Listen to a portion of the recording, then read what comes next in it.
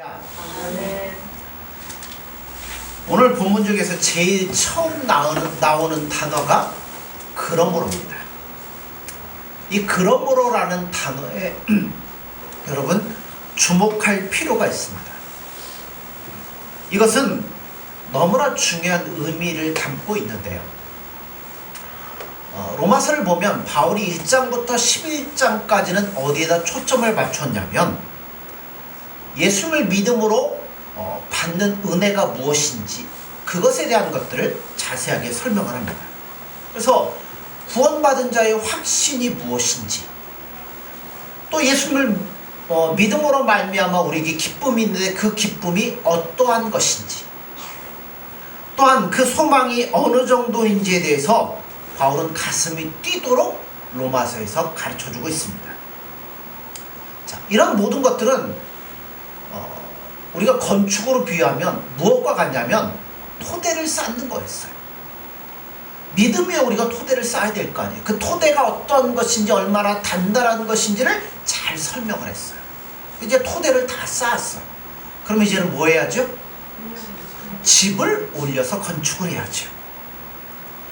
그래서 바울은 12장부터 그럼 그 토대 위에 어떠한 집을 우리가 세울 것인가 하는 것을 설명을 하고 있습니다. 복음을 듣고 예수를 믿고 구원을 받았으면 반드시 따라오는 것이 구원받은 자의 삶이 따라와야 돼요. 진리와 삶은 별개가 아니라 하나예요. 말씀과 순종은 언제나 일치해서 같이 가야 됩니다. 영혼 구원과 삶의 구원은 절대로 나누어지면 안 되는 거예요. 이 중차대한 진리를 깨워주는 단어가 오늘 본문에 그러므로 이제는 이렇게 합시다라는 단어예요. 마태복음 19장 6절에 보면 하나님이 짝지어 주신 것을 사람이 나누지 못할지니라 라고 말씀했어요. 이건 꼭 부부관계만 해당되는 말씀은 아닙니다. 하나님은 구원과 삶, 진리와 순종을 짝지어 놓으셨어요. 그렇기 때문에 하나님이 짝지어 놓은 것을 사람이 함부로 갈라서면 안 되잖아요. 여러분 구원 받으셨습니까? 그렇다면 예수님 앞에 순종하셔야 돼요. 영혼이 구원 받으셨습니까? 그럼 뭣도 구원 받아야 돼요? 여러분의 삶도 구원 받으셔야 됩니다. 그런데 우리 현실이 어떠냐면 한국 드디어 인구수가 줄기 시작했다고 그래요. 아이들을 덜 낳다 보니까 이제 점점 앞으로는 이제 줄기만 하는데, 가정이 병들어 이혼하는 부부가 날이 갈수록 늘어가듯이 예수님을 믿는 그리스도인들의 신앙생활에서도 갈라서는 것들이 많더라고요. 구원과 삶, 진리와 순종이 하나 되지 못하고 별거하거나 이혼하는 신앙들이 얼마나 많은지 모른다는 거예요. 그래서 이 시간에 우리가 우리 자신을 한번 뒤돌아봤으면 좋겠어요. 나 자신은 구원과 삶이 분리되어 있지는 않은가? 나는 구원받았다고 하면서 구원받은 자의 삶을 충실하게 지금 살아가고 있는가? 한번 자신에게 점검을 해보셔야 돼요. 이거는 너무나도 중요한 문제입니다. 우리가 말씀을 많이 배우기는 하는데 그 배운 그대로 살지 못하는 사람, 영혼은 구원받았는지 모르겠지만 생활은 구원받지 못하고 있는 사람들 때문에 교회가 무기력해지고 있습니다. 그래서 신자가 세상에서 소금과 빛의 역할을 못하고 있는 일들이 너무나 많이 발생하고 있어요. 좀 참 가슴 아픈 일들이 많이 일어나고 있습니다. 코로나 때문에 교회와 관련된 곳에서 이제 많은 확진자들 나오다 보니까 댓글들 같은 거 보면 이제는 교회가 지긋지긋하다라고 말하는 사람들도 나오기 시작했어요. 그걸 보면서 전 가슴이 너무나 아파요. 이런 얘기를 들을 때 우리를 구원해 주려고 이 땅에 오시고 교회 머리가 되셨던 예수님께서 얼마나 가슴 아파하실까. 물론 그들이 뭐 잘했거나 잘못했거나 그런 얘기를 하자는 건 아니에요. 그러나 우리가 온전하게 제대로 살지 못하면, 그렇죠? 영혼만 구원받는 게 아니라 우리의 삶에 있어서도 구원이 있어야 될 거 아니에요. 예수님이 기뻐하는 삶이 있어야 될 거 아니에요. 이게 안 되어질 때 여러분 우리의 사명을 온전히 감당하지 못하게 되는 것이고 세상에서 그의 이름은 빛을 잃어가게 될 것이고 예수님의 이름은 땅에 떨어지는 일들이 발생하게 되는 거예요. 오늘날 교회 타락의 주범은 그러므로라는 이것이 없기 때문에 이런 일들이 발생하는 겁니다. 예수님 우리를 어떠한 사랑으로 구원해 주셨습니까? 분에 넘치는 사랑을 우리가 받았잖아요. 이거를 아는 사람이라면 그 받은 은혜에 대해서 적극적인 반응이 나올 수밖에 없다는 거예요. 그 반응이 뭐겠어요? 아무것도 아닌 나를 예수님이 자기의 생명을 주시기까지 사랑하셨다면 이제는 뭐 하겠어요? 나는 예수님만을 위해서 예수님과 즐거이 이 길을 동행하며 기쁨으로 가겠습니다라는 결심과 반응이 나와야 되는 거예요. 이게 뭐냐면 그러므로라는 겁니다. 입으로 구원받았다고 하면서 그러므로의 응답이 희미하다면 내가 진짜 구원을 받았는지 한번 뒤돌아봐야 되는 거예요. 이런 의미에서 그러므로라는 이 단어는 우리에게 매우 중요한 이 진리를 교훈해주고 있습니다. 자, 그럼 구원받은 자의 삶이 어때야 될까요? 1절에 나오잖아요. 우리 한번 같이 보죠. 그러므로 형제들아 내가 하나님의 모든 자비하심으로 너희를 권하노니 너희 몸을 하나님이 기뻐하시는 거룩한 산 제물로 드리라. 이는 너희가 드릴 영적 예배니라 라고 말씀합니다. 이 말씀은 구원받은 자의 삶이 어떠해야 하는지를 단적으로 말해줍니다. 한마디로 누가 기뻐하는? 그렇죠, 하나님이. 예수님이 기뻐하시는 거룩한 산제사로 우리 몸을 드려야 된다라고 성경은 말씀합니다. 원래 예수님은 뭘 중요하게 보시죠? 몸보다 마음을 중요하게 보십니다. 겉으로 보이는 것들보다는 마음을 중요하게 보셔요. 그래서 마음이 담겨지지 않은 재물은 그것이 엄청나게 대단할지라도 예수님 보실 때는 아무것도 아니라는 것 우리 상식적으로 알고 있잖아요. 그런데 오늘 본문에 그러면 너의 마음을 드려라 이래야 되는데 뭘 드리라고 그래요? 본문에서는 왜 우리의 몸을 산 제물로 하나님 앞에 드리라고 할까요? 마음을 보신다면서.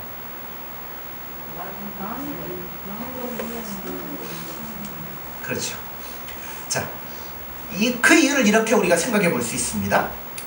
몸을 바치라는 것은 일단 우리 몸이 예수님의 피로 구원받았음을 전제하는 거예요. 영혼이 구원받았다면 뭣도 구원받아야 돼요? 몸도 구원을 받은 거예요. 그래서 성경은 우리 몸이 예수님의 지체요 성령이 거하시는 거룩한 전이라고 말씀을 하잖아요. 근데요, 그럼에도 불구하고 우리 몸은 죄로 인해서 뭐하고 있어요? 부패해가고 있는 몸입니다. 아울러 연약함을 가지고 있으며 언제나 우리가 정신 차리지 않으면 죄가 우리 몸을 끌고 자기 맘대로 가려고 하는 죄의 작업장이 될 확률이 너무나 많이 있습니다. 그리고 나중에 죽으면 어디로 가요? 육신은 흙으로 돌아갑니다. 그런데 그럼에도 불구하고 오늘 본문을 보면 우리 몸을 제물로 제단에 올려놓으라고 성경은 말씀하고 있어요. 그 이유가 영혼과 몸이 함께 구원을 받았기 때문입니다. 로마서 8장 11절을 볼까요?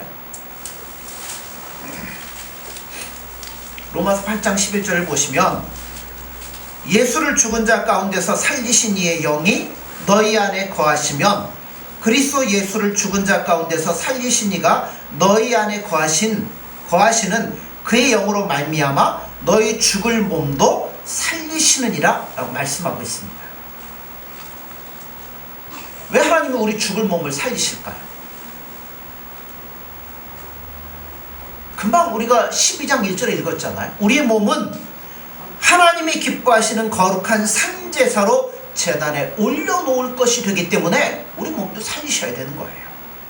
또 다른 이유는 우리가 세상에 살 동안 몸은 나라고 하는 인격을 구체적으로 보여주는 주체예요.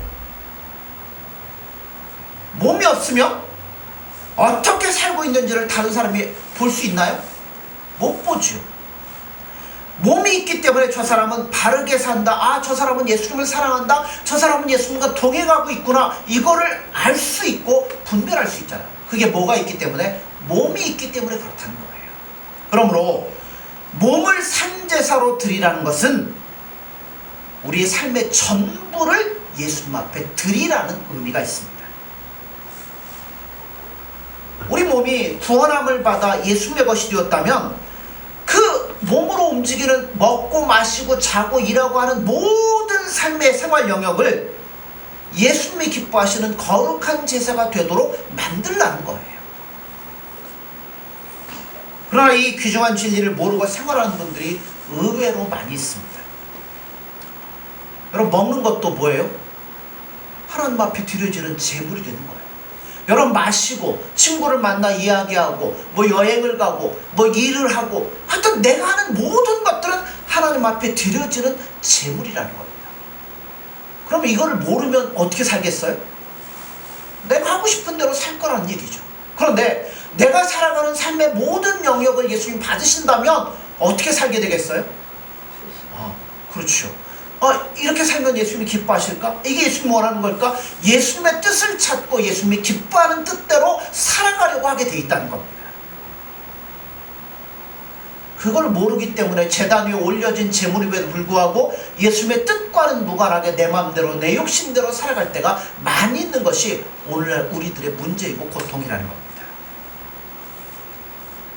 자, 그러면 내 삶의 전부를 받으신다고 했는데 이게 예수님 앞에 거룩한 산제사가 되도록 하기 위해서는 우리가 주의해야 될 것들이 두 가지가 있습니다. 자, 예수님 앞에 드려지는 거니까 우리 몸을 어떻게 해야 돼요?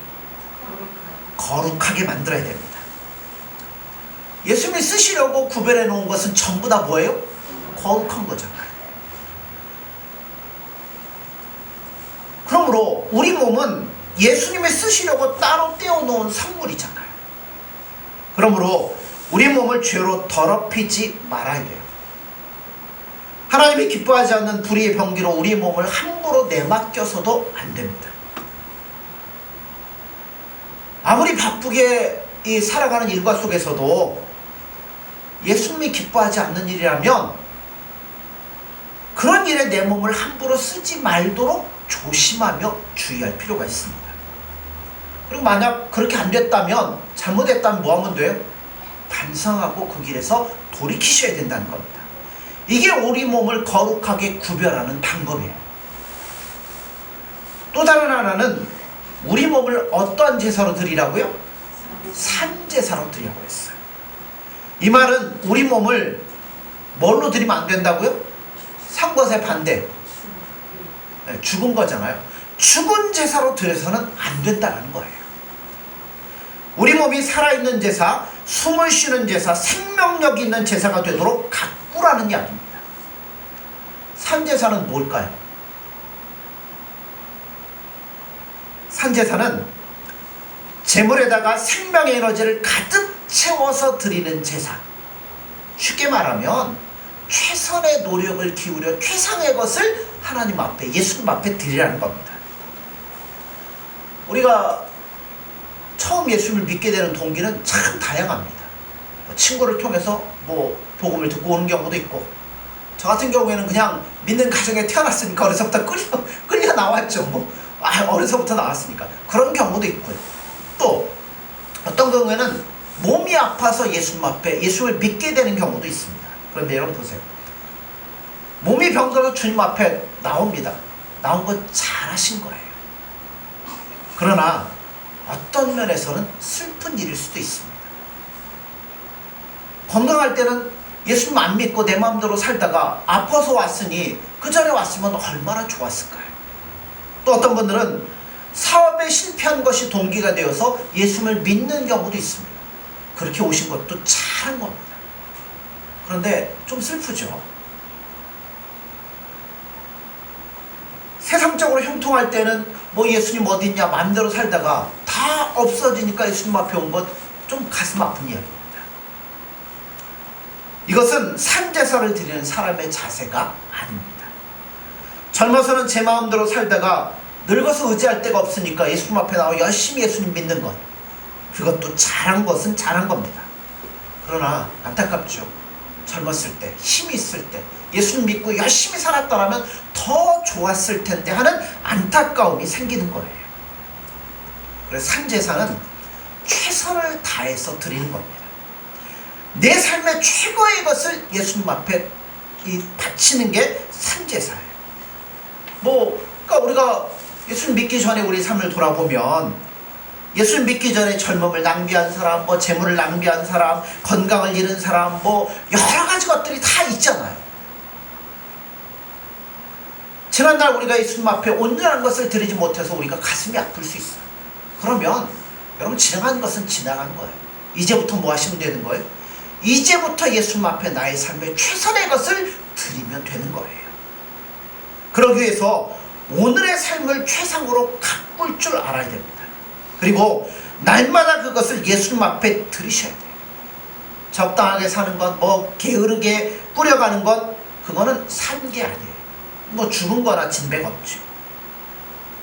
그러므로 지금부터라도 우리의 삶을 들여서 예수님 앞에 열심을 가지고 그분을 사랑하며 그분의 나의 삶의 모든 것들을 드릴 수 있는 그러한 삶이 되어지기를 바랍니다. 그게 예수님이 기뻐 받으시는 거룩한 산제사가 되는 거예요. 자, 이런 것을 무슨 예배라고요? 본문에 보면 영적인 예배라고 했어요. 예수님이 기뻐하는 거룩한 산제사를 드릴 수만 있다면, 먹고 마시고 일하고 하는 모든 것들을 최상의 것으로 예수님 앞에 온전히 드릴 수만 있다면 그것 자체가 뭐가 된다는 거예요? 예수님 앞에 드려지는 예수님을 경배하는 삶이요 찬양하는 예배가 될 수 있다는 거예요. 굳이 여기에 모여서 이 드린 예배 말고도 삶으로 예수님이 기뻐하는 예배를 얼마든지 드릴 수 있다는 거예요. 삶을 통해서 예수님 사랑하고 그 예수님 사랑하는 것에 초점을 맞춰서 나에게 주어진 시간, 나에게 주어진 것들 낭비하지 아니하고 예수님과 더불어 열심히 동행하며 살아갈 때 그게 예수님 앞에 뭐가 된다고요? 예배가 되어지고 영광이 되어진다는 겁니다. 이걸 모르면 뭐에만 초점 맞추겠어요? 여기 와가지고 이거 찬송 부르고 여러분, 그것만이 예배가 아닌 거예요. 모든 것, 먹고 마시고 직장에서 일하고 하는 모든 것 자체가 거룩한 예배가 되고 예수님을 기쁘게 하는 것이 되는 겁니다. 그럼 이제 이거를 구체적으로 우리의 삶과 또 말씀을 연결시켜야 되는데요. 거룩한 제사로 드려라. 어떻게 돼요? 우리는 자꾸만 이런 얘기를 하다 보면 하나님 앞에, 예수님 앞에 특별한 은혜를 받아서 특별하게 사용되는 그러한 것에 초점을 맞추는 경우들이 많이 있어요. 예를 들자면 거룩한 산제에서 들어오면 주기철 목사님처럼 막 순교의 제물이 되고 언더우드 선교사처럼 아무 말도 안 통하는 곳에 가가지고 복음을 전하고 막 이러는 것, 그래야 비로소 합당한 것이라고 생각하는데 여러분, 절대 아닙니다. 물론 예수님 원하시면 그렇게 쓰임 받을 수 있죠. 너 순교의 자리로 가라, 부르면 그렇게 되는 거고요. 선교사로 보내면 그렇게 되는 거죠. 그러나 모든 사람들이 다 주기철 목사님이 되고 모두가 언더우드 선교사가 되는 게 아니잖아요. 먼저 작은 데서, 낮은 데서, 평범한 데서 예수님을 섬기고 이웃을 섬기는 삶의 자세를 우리가 먼저 해야 돼요. 선교사, 특별히 위대하게 부름받은 분들이에요. 말도 안 통하고 이 환경도 다르고 그런 데서 막 핍박받으면서 막 예수님만을 위해서 헌신한 얼마나 위대한 분들입니까? 그런데 그 선교사 혼자 가서 되는 게 아니잖아요. 선교사 가려면 뭐가 있어야 돼요? 이게 없으면 아무것도 못 하잖아요. 후원을 해줘야 선교사도 먹고 그들에게 베풀고 그러면서 복음을 전할 거 아니에요. 그러니까 선교사님도 훌륭하지만 선교사의 배후에서 요즘은 노동법 이렇게 돼갖고 몇 시간이요? 하여튼 정해져 있잖아요. 40시간인가요? 52시간을 추가할 수 없다 이렇게 있는데, 그런 시간 동안 열심히 회사에서 직장에서 땀 흘리고 노동한 대가를 가지고 선교의 제물로 헌신한 분들이 얼마나 많이 있습니까? 선교사만 있는 게 아니에요. 그런 분들이 있기 때문에 선교사가 선교의 역할을 감당하는 거죠. 그러면 여러분, 그렇게 후원하러 일하는 그 노동자의 생활이 선교사만 못하다고 말할 수 있습니까? 절대 그렇지 않습니다. 그거는 뭐 그 삶은 하나님이 받지 않으시는 예배입니까? 아니에요. 하나님이 보시기에, 예수님 보시기에는 선교사나 노동자나 다 똑같습니다. 목사도 마찬가지예요. 예수님은 선교사의 삶과 공장에서 땀 흘려 일하는 그런 노동자의 삶을 구별하지 않습니다. 똑같이 보시는 거예요. 그러므로 우리는 매일매일의 평범한 그런 일 가운데서도 내가 하고 있는 모든 일이 예수님 앞에 거룩한 예배가 되어지고 예수를 위해 섬기는 봉사가 되고 있나를 물어보셔야 되는 거예요. 끝으로 우리의 삶 전부가 향기로운 제사가 되기 위해서는 한시도 잊지 말아야 될 게 있어요. 자, 12절을 보세요. 2절을 보십시오. 12장 2절. 너희는 이 세대를 본받지 말고 오직 마음을 새롭게 함으로 변화를 받아 하나님의 선하시고 기뻐하시고 온전하신 뜻이 무엇인지 분별하도록 하라. 간단히 말해서 예수님의 뜻이 무엇인지 뭐 하라고요? 분별할 줄 알아야 된다는 거예요. 예수님의 뜻은 이미 분명하게 밝혀져 있습니다. 예수님의 뜻을 몰라갖고 새삼스럽게 뭐 찾으라 그런 얘기가 아니에요. 이미 밝혀진 예수님의 뜻을 잘 명심하고 기억하라는 겁니다. 예수님의 뜻이 뭘까요? 예수님 뭐하러 이 땅에 오셨죠? 자기 백성 구원하려고 오셨잖아요. 그러므로 세상을 구원하는 것이 예수님의 뜻이요, 우리가 거룩하게 사는 것이 또한 예수님의 뜻입니다. 또한 예수님을 기쁘게 하는 삶을 우리의 삶의 최고의 목표, 최상의 목표로 삼고 행동하는 것이 예수님이 우리에게 기뻐하시는 뜻이에요. 문제는 뜻은 분명해요. 다 알죠. 그런데 문제가 뭐냐면 그 뜻을 잃어버리거나 잘못 이해하거나 소홀히 여기는데 문제가 있다는 겁니다. 왜 이런 일이 발생할까요? 2절에 뭐 하라고요? 2절에 그러잖아요. 너희는 세대를 본받지 말고 오직 마음을 새롭게 함으로 변화를 받아 하나님의 선하시고 기뻐하시고 온전하신 뜻이 무엇인지 분별할 줄 알라는 거예요. 근데 우리가 그렇게 못 사는 건 뭐가 안 되기 때문에 그래요? 분별이 안 되기 때문에 그렇다는 거예요. 영적 분별력이 흐리기 때문에 어떻게 살아야 될지, 예수님의 뜻이 무엇인지를 모르니까 누구의 뜻대로 살겠어요? 내가 원하는 뜻대로 세상을 쫓아가고 살아가는 거지. 우리 몸을 예수님이 기뻐하는 거룩한 삶제사로 드리려면 영적 분별력이 약해져서 흐리멍텅해지지 않도록 조심해야 된다는 겁니다. 어떻게 하면 흐리멍텅해지는 걸 막을 수 있을까요? 다 알죠. 두 가지 방법이에요. 첫째는 세상을 거부하는 태도가 있어야 됩니다. 또 다른 한편으로는 영적 갱신을 위해서 쉬지 않고 노력하며 훈련해야 된다는 거예요. 자, 너희는 이 세대를 본받지 말고 오직 마음을 새롭게 함으로 변화를 받아. 이 말씀은 세상의 부패한 행동 양식들을 거부하고 따라가지 말라는 겁니다. 어느 선까지 거부해야 될까요? 살아가는 상황이 너무나 복잡하니까 어디까지 잘라야 되고 어디가 이건지를 우리가 잘 헷갈릴 때가 많아요. 그만큼 우리가 살아가고 있는 생활이 복잡하기도 하고 우리 인생살이가 이 복잡하면 또 뭐 한국이나 외국이나 문화적인 이런 게 다르니까 기준이 달라지잖아요.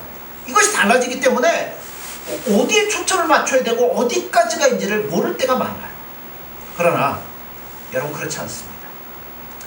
예수님이 주시는 은혜를 받으면 어디까지가인지를 분별할 수 있도록 되어 있습니다.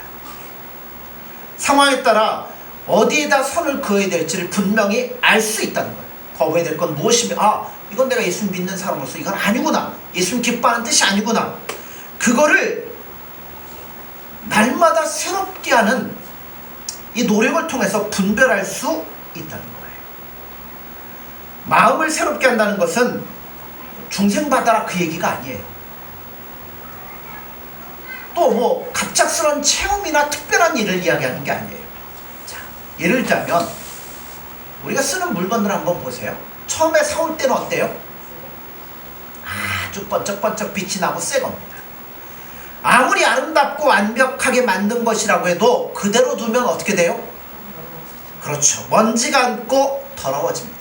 안 그러려면 어떻게 해야 돼요? 자주 닦아주고 깨끗이 청소해주면 처음의 상태를 오랫동안 유지할 수 있습니다. 여러분, 중생받은 우리 영혼도 마찬가지입니다. 최상의 것으로 예수님 우리 가운데 주신 거예요. 그런데 자주 닦고 손질하지 않으면 금방 더러워져서 우리 욕심에 끌려가게 되고 예수님이 기뻐하지 않는 뜻대로 살게 되는 거예요. 그러므로 마음을 새롭게 하라는 말은 날마다 예수님 앞에 말씀과 기도로 마음을 깨끗하게 닦으라는 겁니다. 예수님의 뜻이 무엇인지를 분별하려면 뭘 해야 돼요? 마음이 깨끗해져서 예수님 말씀할 때 딱 들을 수 있는 자세가 되어야 여러분 분별하면 이길 수 있을 것이 아닙니까? 그러므로 골방의 기도가 얼마나 중요한지 몰라요. 또 규칙적으로 말씀을 읽고 성령의 인도함을 따라 예수님의 목소리에 귀를 기울이는 것이 얼마나 중요한지 모릅니다. 우리가 예수님의 음성을 들은 다음에도, 자, 근데 들은 다음에도 뭐가 안 될 때가 많아요? 그렇죠. 순종하지 못할 때가 참 많아요. 그렇기 때문에 날마다 우리는 누구 앞으로 나아가야 돼요? 예수님께로 나아가셔서 우리에게 힘과 지혜와 모든 것들을 주시는 예수님을 의지할 때 예수님이 주시는 힘으로 말미암아 실패하지 아니하며 예수님 앞에 나아갈 수 있는 거예요. 그러므로 늘 기도하고 말씀을 묵상하고 우리가 시작을 하면 예수님의 뜻을 분별하지 못하고 흐리멍텅한 삶을 이걸 안 하게 되면 그렇게 살 수밖에 없는 거예요. 그러다가 잘못하면 돌이킬 수 없는 구렁텅이로 빠져들 수밖에 없습니다. 그러므로 주의하셔야 돼요. 여러분, 영혼이 구원받았습니까? 그렇다면 몸도 구원받아야 됩니다. 몸이 구원받으셨습니까? 그렇다면 뭣도 구원받아야 돼요? 우리의 삶 전체도 구원함을 받아야 돼요. 구원받은 자의 특징은 예수님께 몸을 제물로 바치는 제사에 있다고 오늘 본문이 말씀하고 있습니다. 여러분, 거룩한 일이 따로 있는 거 아니에요. 이게 막 구별, 이거는 거룩하고 이거 그런 거 없습니다. 내가 살아가면서 사는 모든 것들이 예수님이 내 안에 계시기 때문에 거룩한 것이 되셔야 된다는 거예요. 신학교 가고 선교 가고 그런 것만이 예수님의 일이 아닙니다. 우리가 날마다 예수님 소망하며 예수님 의지하며 살아가면 내가 애를 키우는 것도 공부하는 것도 직장에서 일을 하는 모든 것도 예수님 앞에 드려지는 거룩한 제사가 되어진다는 겁니다. 그렇게 될 때 우리의 삶에서 버릴 것이 없게 되는 거잖아요. 버릴 것이 없다라는 얘기는 뭐가 안 나온다는 거예요? 여러분, 집에서 음식 드시고 뭐 생활하고 그러면 맨날 쌓여가는 게 뭐가 있죠?